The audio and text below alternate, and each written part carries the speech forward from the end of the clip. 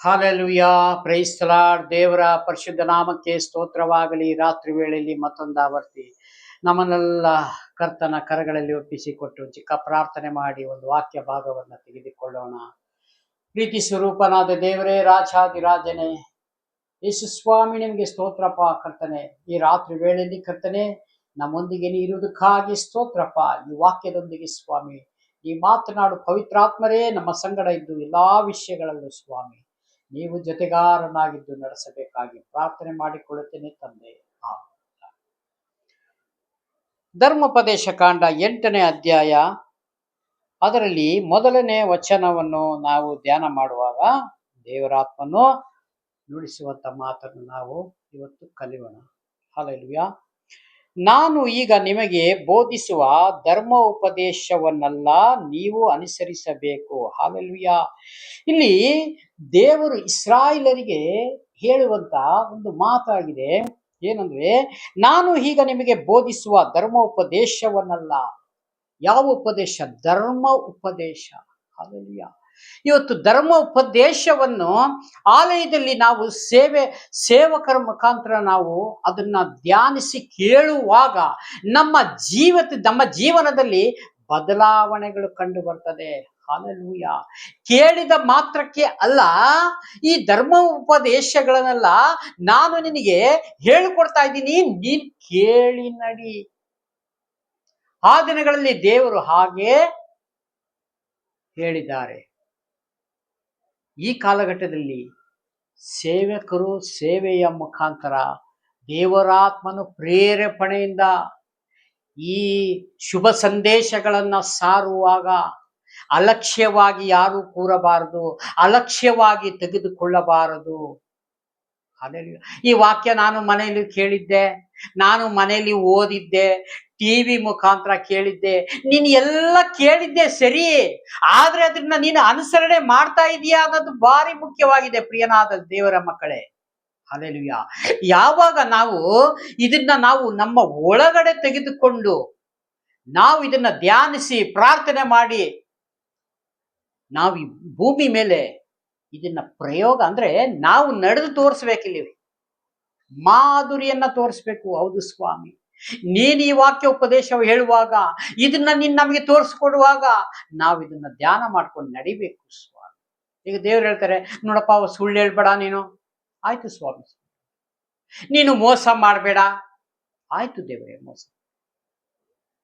ನೀನು ಬೇರೆ ಈ ಲೋಕದ ಅನುಸರಣೆಗಳನ್ನು ಯಾವುದನ್ನು ನೀನು ನಡೆಸಬಾರದು. ಅಂದರೆ ಅರ್ಥ, ಈ ಭೂಮಿ ಮೇಲೆ ನೀನಿದೆಯಾ, ಆದ್ರೆ ನಿನ್ನ ರಾಜ್ಯಕ್ಕೆ ಹೋಗಬೇಕು ಅಂದ್ರೆ ಇಲ್ಲಿ ನೀನು ಸ್ಟಡಿ ಮಾಡಿದ್ರ ಪ್ರಕಾರ ಜೀವಿಸಬೇಕು ಅಂತ ದೇವರು ನಮಗೆ ಕಲಿಸಿಕೊಡ್ತಾ ಇದ್ದಾರೆ ಪ್ರಿಯನಾದ ದೇವರ ಮಕ್ಕಳೇ. ಹಲ್ಲೆಲೂಯಾ. ಇಲ್ಲಿ ನೋಡಿ, ದೇಶವನ್ನಲ್ಲಿ ನಿಮಗೆ ಅನುಸರಿಸಿ ಈ ಧರ್ಮ ಉಪದೇಶವು ದೇಶವನ್ನು ನೀವು ಅನುಸರಿಸಬೇಕು. ಇನ್ನು ಅನುಸರಿಸಿದರೆ ನೀವು ಬದುಕಿಕೊಂಡು ಹೆಚ್ಚಿ ಯೆಹೋವನು ನಿಮ್ಮ ಪಿತೃಗಳಿಗೆ ಪ್ರಮಾಣ ಪೂರ್ವಕವಾಗಿ ಕೊಟ್ಟ ದೇಶವನ್ನು ಸೇರಿ ಸ್ವಾಧೀನ ಮಾಡಿಕೊಳ್ಳುವಿರಿ. ಹಾಲೆಲೂಯಾ. ದೇವರ ಆಜ್ಞೆಯನ್ನು ಕೇಳಿ ದೇವರ ಮಾತುಗಳನ್ನ ಕೇಳಿ ನಡೆಯುವುದಾದರೆ ದೇವರು ನಮಗೆ ಪ್ರಮಾಣ ಮಾಡಿಕೊಟ್ಟುವಂತ ದೇಶವನ್ನು ಸ್ವಾಧೀನ ಮಾಡಿಕೊಳ್ಳುತ್ತೇವೆ ಅಂತ ದೇವರು ಸ್ಪಷ್ಟವಾಗಿ ಇಲ್ಲಿ ನಮಗೆ ಹೇಳುತ್ತಾರೆ. ದೇವರು ಪ್ರಮಾಣ ಮಾಡಿಕೊಟ್ಟ ದೇಶ ಈ ಲೋಕದಲ್ಲಿ ಅಲ್ಲ ಪ್ರಿಯನಾದ ದೇವರ ಮಕ್ಕಳೇ. ಈ ಲೋಕದಲ್ಲಿ ದೇವರು ನಮ್ಮನ್ನ ನಡೆಸ್ತಾರೆ ನಿಜ, ಆದರೆ ನಮಗೆ ಪರಲೋಕ ರಾಜ್ಯದಲ್ಲಿ ಒಂದು ಜಾಗ ಇದೆ, ಅದು ನಮ್ಗೆಲ್ಲರಿಗೂ ಗೊತ್ತಿದೆ. ಆದ್ರೆ ನಾವೆಲ್ಲ ಹೋಗಬೇಕಾಗಿದೆ. ಅಲ್ಲಿಗೆಲ್ಲ ಹೋಗಬೇಕು ಅಂದ್ರೆ ಇವೆಲ್ಲ ನಾವು ಈ ಭೂಮಿ ಮೇಲೆ ಅನುಸರಣೆ ಮಾಡಬೇಕು ಅಂತ ದೇವರು ನಮಗೆ ತೋರಿಸಿಕೊಡ್ತಾ ಇದ್ದಾರೆ. ಹಲ್ಲೆಲೂಯಾ. ನೀವು ನಿಮ್ಮ ಪಿತೃಗಳಿಗೆ ಪ್ರಮಾಣ ಪೂರ್ವಕವಾಗಿ ಕೊಟ್ಟ ದೇಶವನ್ನು ಸೇರಿ ಸ್ವಾಧೀನ ಮಾಡಿಕೊಳ್ಳುವಿರಿ. ನಿಮ್ಮ ದೇವರಾದ ಯೆಹೋವನು ನಿಮ್ಮನ್ನು ಈ 40 ವರ್ಷ ಅರಣ್ಯದಲ್ಲಿ ನಡೆಸಿದನು. ಹಾಲೆಲೂಯಾ. ನೀವು ತನ್ನ ಆಜ್ಞೆಗಳನ್ನು ಕೈಕೊಳ್ಳುವವರೇ ಇಲ್ಲವೋ ಎಂದು ತಿಳಿದುಕೊಳ್ಳುವುದಕ್ಕೆ ನಿಮ್ಮನ್ನು ಕಷ್ಟಕ್ಕೆ ಒಳಪಡಿಸಿ. ಹಾಲೆಲೂಯಾ. 40 ವರ್ಷ ದೇವರು ಅರಣ್ಯದಲ್ಲಿ ಯಾಕೆ ನಡೆಸಿದ್ರು ಅಂದ್ರೆ ಪರೀಕ್ಷೆ ಮಾಡಲಿಕ್ಕೆ. ನನ್ನನ್ನು ಇವರು ನನ್ನ ಮಾತಿಗೆ ಕಿವಿಗೊಟ್ಟು ನಡೀತಾರೋ ಇಲ್ಲವೋ, ಒಂದು ಗುಣಗುಟ್ಟದೆ ನನ್ನನ್ನು ಹಿಂಬಾಲಿಸುವವರು ಎಷ್ಟು ಜನ ಇದ್ದಾರೆ ಅಂತ ನೋಡ್ಬೇಕಲ್ಲ, ಸಾಣಿಸ್ಬೇಕಲ್ಲ ಜರಡೆಯಲ್ಲಿ ಹಾಕಿ. ಹಲ್ಲೆಲೂಯಾ. ಅದಕ್ಕೋಸ್ಕರ ಇವರು ದೇವರು ಏನ್ ಮಾಡ್ತಾರೆ, ಎಂದು ತಿಳಿದುಕೊಂಡು ನಿಮ್ಮನ್ನು ಕಷ್ಟಕ್ಕೆ ಒಳಪಡಿಸಿ. ದೇವರೇ ಕಷ್ಟಕ್ಕೆ ಒಳಪಡಿಸಿ, ಮನುಷ್ಯನಲ್ಲ, ಮೋಶೆ ಅಲ್ಲ, ದೇವರೇ ಕಷ್ಟಕ್ಕೆ ಒಳಪಡಿಸಿ ನಿಮ್ಮ ಮನೋಭಾವವನ್ನು ಪರೀಕ್ಷಿಸಿದನು, ನೆನಪಿಗೆ ತಂದುಕೊಳ್ಳಿರಿ. ಹಲ್ಲೆಲೂಯಾ. ಅವಾಗ ಎಲ್ಲ ಸಾಧಾರಣ ಗುಣಗುಟ್ಟದವರೇ ಮೋಶೆಗೆ ಬೇಸರ ಆಗುವಷ್ಟು ಗುಣಗುಟ್ಟು ಬಿಟ್ರು. ಅಯ್ಯೋ, ನಾನು ಐಗುಪ್ತ ದೇಶದಲ್ಲಿ ಇರುವಾಗಲೇ ಚೆನ್ನಾಗಿತ್ತು, ಫರೋಹನ ಕೈಯಲ್ಲಿ ಕೈ ಕೆಳಗೆ ನಾವು ಕೈಯ ಅಡಿಯಾಳಾಗಿ ಕೆಲಸ ಮಾಡ್ತಿದ್ದೆ, ಚೆನ್ನಾಗಿತ್ತು, ಅವ್ರು ಹಣ ಇಲ್ಲಾಂದ್ರೂ ಪರವಾಗಿಲ್ಲ, ಒತ್ತೊತ್ತಿಗೆ ಊಟ ಸಿಕ್ತಿತ್ತು, ಎಲ್ಲ ಸಿಕ್ತಿತ್ತು. ಇಲ್ಲಿ ಎಂತ ಮಾರೆ, ಅರಣ್ಯದಲ್ಲಿ ಕರ್ಕೊಂಡು ಬಂದೆ ನೀನು. ಹಲ್ಲೆಲೂಯಾ. ನೀನ್ ಎಷ್ಟು ಕಷ್ಟಪಡ್ತಾ ಇದೀಯ, ನಮಗೆ ಇಲ್ಲಿ 40 ವರ್ಷಗಳು ನಡೀತಾ ಇರ್ಬೇಕು, ನಮಗೆ ಸರಿಯಾಗಿ ಊಟಕ್ಕೆ ಸಿಗ್ತಾ ಇಲ್ಲ, ನೀರು ಸಿಗ್ತಾ ಇಲ್ಲ. ಹಲ್ಲೆಲೂಯಾ.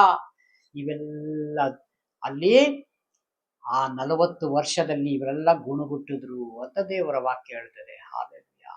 ಈ ಕಾಲಘಟ್ಟದಲ್ಲಿ ನಿಮ್ಮನ್ನ ಕೆಲವೊಮ್ಮೆ ದೇವರು ಪರೀಕ್ಷೆ ಮಾಡುವಾಗ ನಾವು ದೇವರ ಹತ್ರ ನಿಲ್ತೀವ, ಆಲಯದಲ್ಲಿ ಕೂರ್ತೀವ, ವಾಕ್ಯವನ್ನು ಅನುಸರಣೆ ಮಾಡ್ತೀವ.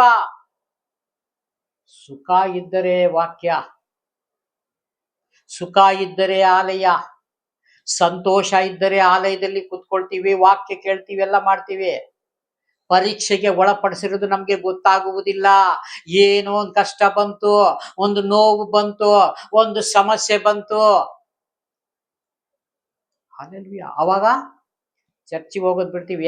ಎಷ್ಟು ಪ್ರಾರ್ಥನೆ ಮಾಡಿದ್ರು ನಮ್ಗೆ ಗುಣ ಆಗ್ಲಿಲ್ಲ, ಎಷ್ಟು ಪ್ರಾರ್ಥನೆ ಮಾಡಿದ್ರೆ ಅಲ್ಲೊಂದು ನನಗೊಂದು ಜಾಗ ತಕ್ಕೋಬೇಕಾಯ್ತು, ದೇವರ ಆಶೀರ್ವಾದ ಮಾಡ್ಲಿಲ್ಲ, ನನಗೆ ಅಲ್ಲಿ ಒಂದು ಹಣ ಬರ್ಬೇಕಾಗಿತ್ತು, ಈ ಹಣದ ವಿಷಯಕ್ಕೆ ಹೋದ್ರೆ ಎಲ್ಲರಿಗೂ ಹಣ ಸಿಕ್ತು, ನನಗೆ ಸೋಲಾಯ್ತು. ಹಲ್ಲೆಲೂಯಾ. ಇದನ್ನ ಹಿಂದೆ ನೀನು ಯಾಕೆ ಈ ತರ ಆಗ್ತಾ ಇದೆ ಅಂತ ಪರೀಕ್ಷೆ ಮಾಡ್ತಾ ಇದೀಯ ಪ್ರಿಯನಾದ ದೇವರ ಮಗುವೆ. ಹಲ್ಲೆಲೂಯಾ. ಯಾಕೆ ಇದನ್ನ ನೀನು ಪರೀಕ್ಷೆ ಮಾಡ್ತಾ ಇದೀಯ, ದೇವರೇ ಇದು ಯಾಕೆ ಈ ತರ ಆಗ್ತಾ ಇದೆ ಅಂತ ಒಂದು ಮಾತು ದೇವರ ಹತ್ರನೂ ಕೇಳಿದ್ಯಾ? ಇಲ್ಲ. ಯಾಕೆ ಅಂದ್ರೆ ಇಲ್ಲಿ ಹೇಳ್ತೀನಿ ಕೇಳಿ. ಆ ಸಮಯದಲ್ಲಿ ದೇವರನ್ನ ನಾವು ಚಿಕ್ಕದಾಗಿ ಕಾಣ್ತೇವೆ, ನಮ್ಮ ಸಮಸ್ಯೆಗಳನ್ನ ದೊಡ್ಡದಾಗಿ ಕಾಣ್ತೇವೆ. ಹಲ್ಲೆಲೂಯಾ. ಅಂದ್ರೆ ಕಷ್ಟ, ದುಃಖ, ರೋಗ, ಸಮಸ್ಯೆಗಳು ಎಲ್ಲ ದೊಡ್ಡದಾಗಿ ಕಾಣ್ತಾ ಇದ್ದೇವೆ, ದೇವರನ್ನ ಚಿಕ್ಕದಾಗಿ ಕಾಣ್ತಾ ಇದ್ದೇವೆ. ಅದೇ ನಮ್ಮ ಸಮಸ್ಯೆ. ಈ ಲೋಕವನ್ನ ನಾನು ಜಯಿಸಿದ್ದೇನೆ ಅಂತ ಯೇಸು ಸ್ವಾಮಿ ಹೇಳ್ತಾರೆ. ಹಲ್ಲೆಲೂಯಾ. ಈ ಲೋಕವನ್ನ ನಾನು ಜಯಿಸಿದ್ದೇನೆ. ಲೋಕವನ್ನು ಜಯಿಸಿದವನು ನಮ್ಮ ಕೂಡ ಇರಬೇಕಾದ್ರೆ ಈ ಸಮಸ್ಯೆ ದೊಡ್ಡದಾ, ಯೇಸು ಸ್ವಾಮಿ ದೊಡ್ಡವರ?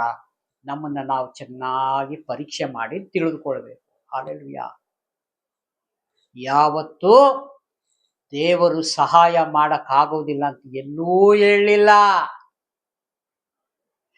ನಮ್ಮ ಕೆಲವೊಮ್ಮೆ ಇಸ್ರಾಯೇಲರು ಹೇಗೆ ಗುಣಗುಟ್ಟಿದ್ರೋ ಅದೇ ರೀತಿಯಾಗಿ ನಮ್ಮಲ್ಲೂ ಇನ್ನೂ ಇದೆ. ಅದನ್ನ ಬಿಡಬೇಕಷ್ಟೇ.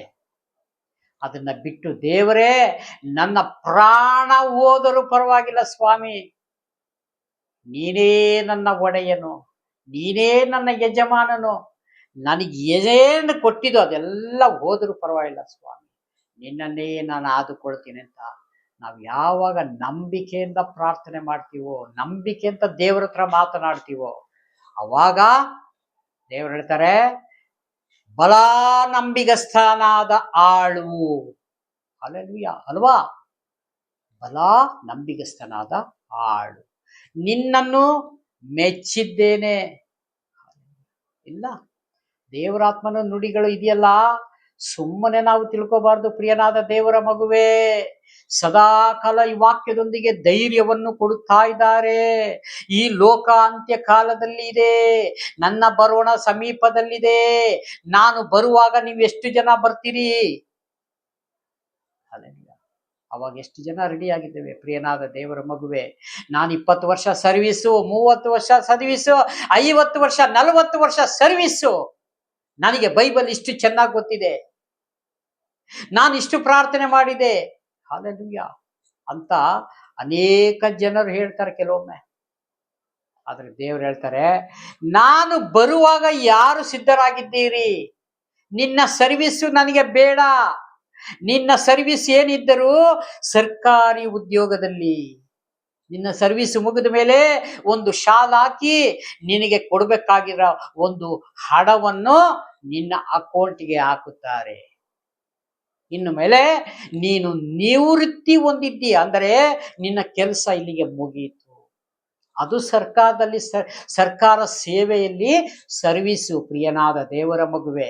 ಆದ್ರೆ ದೇವರ ಹತ್ರ ಯಾವ ಸರ್ವೀಸು ಇಲ್ಲ, ಅದು ನಾವು ಚೆನ್ನಾಗಿ ತಿಳ್ಕೋಬೇಕು. ಹಲ್ಲೆಲೂಯಾ. ಅದಕ್ಕೆ ದೇವರ ಹತ್ರ ಸರ್ವಿಸ್ ಕೇಳಲ್ಲ. ನೀನು ಎಷ್ಟು ಓದಿದ್ಯಾ, ನೀನು MBBS ಮಾಡಿದ್ಯಾ, ಬೇರೆ ಬೇರೆ ನೀನು ಉದ್ಯೋಗಗಳನ್ನ ಮಾಡಿದ್ಯಾ, ನೀನು ಸೈಂಟಿಸ್ಟ್ ಆಗಿದ್ಯಾ, ನೀನು ಒಳ್ಳೆ ಇಂಜಿನಿಯರ್ಸ್ ಆಗಿದ್ಯಾ, ಈ ಲೋಕದಲ್ಲಿ ನಿನಗೆ ಪ್ರಥಮ ಸ್ಥಾನ ಇರ್ಬೋದು. ಹಲ್ಲೆಲೂಯಾ. ಪ್ರಥಮ ಸ್ಥಾನ ನಿನಗೆ ಸರ್ಟಿಫಿಕೇಟ್ ಪರಲೋಕ ಕರ್ಕೊಂಡು ಹೋಗುವುದಿಲ್ಲ. ಚೆನ್ನಾಗಿ ತಿಳಿದುಕೋ ಪ್ರಿಯನಾದ ದೇವರ ಮಗುವೆ. ಹಲ್ಲೆಲೂಯಾ. ಇವತ್ತು ಓದಿದ್ದೀನಿ ಸರ್ಟಿಫಿಕೇಟ್ ಇಂದ ನಾವು ಪರಲೋಕ ಸಿಕ್ಕುವುದಿಲ್ಲ. ಯಾವಾಗ ಈ ಗ್ರಂಥವನ್ನ ಧ್ಯಾನ ಮಾಡಿ ಕೈಗೊಂಡು ನಡೆಯುವಂತವನು. ಹಲ್ಲೆಲೂಯಾ. ಅದಕ್ಕೆ ಮತ್ತಾಯ ಪತ್ರಿಕೆಯಲ್ಲಿ ಹೀಗೆ ಹೇಳ್ತದೆ, ಕಡೆಗಳಿಗೆಲ್ಲಿ ಎಲ್ಲ ಜನಗಳು, ಸ್ವಾಮಿ ನಾನು ಆ ಕೆಲಸ ಮಾಡಿದೆ, ಈ ಕೆಲಸ ಮಾಡಿದೆ, ಸುವಾರ್ತೆ ಸಾರದೆ, ನಾನು ಅದು ಮಾಡಿದೆ, ಇದು ಮಾಡಿದೆ, ಫ್ರೀಯಾಗಿ ಎಜುಕೇಶನ್ ಕೊಟ್ಟೆ, ಫ್ರೀಯಾಗಿ ಟ್ರೀಟ್ಮೆಂಟ್ ಮಾಡಿದೆ, ನಿನ್ನ ಹೆಸರು ಮೇಲೆ ಊಟಗಳು ಹಾಕಿಸ್ದೆ, ನಿನ್ನ ಹೆಸರು ಮೇಲೆ ಶಾಲ್ ಓದಿಸ್ದೆ. ಹಲ್ಲೆಲೂಯಾ. ಬಹಳ ಜನ ಹೇಳ್ತಾರಂತೆ, ದೇವರೇ ಹೇಳ್ತಾರೆ. ಆ ದಿನಗಳಲ್ಲಿ ಎಷ್ಟೋ ಜನ ನನಗೆ ಹೇಳುವರು. ಯೇಸು ಸ್ವಾಮಿ ಒಂದು ಮಾತು ಹೇಳ್ತಾರ ಅವಾಗ, ಧರ್ಮವನ್ನು ಮೀರಿ ನಡೆದವರೇ ನನ್ನಿಂದ ತೊಲಗಿ ಹೋಗಿರಿ. ಯಾಕೆ? ಪರಲೋಕದ ತಂದೆಯ ಚಿತ್ತವನ್ನ ನೀ ಮಾಡಿದ್ಯಾ? ಹಲ್ಲೆಲೂಯಾ. ಹಾಗಾದ್ರೆ ಒಳಗೆ ನಿನ್ನ ಇಷ್ಟದಂತೆ ಮಾಡಿ ಪೇಪರು ಟಿವಿಗಳಲ್ಲಿ ಯಾಡ್ ಕೊಟ್ಟಿದ್ಯಾ?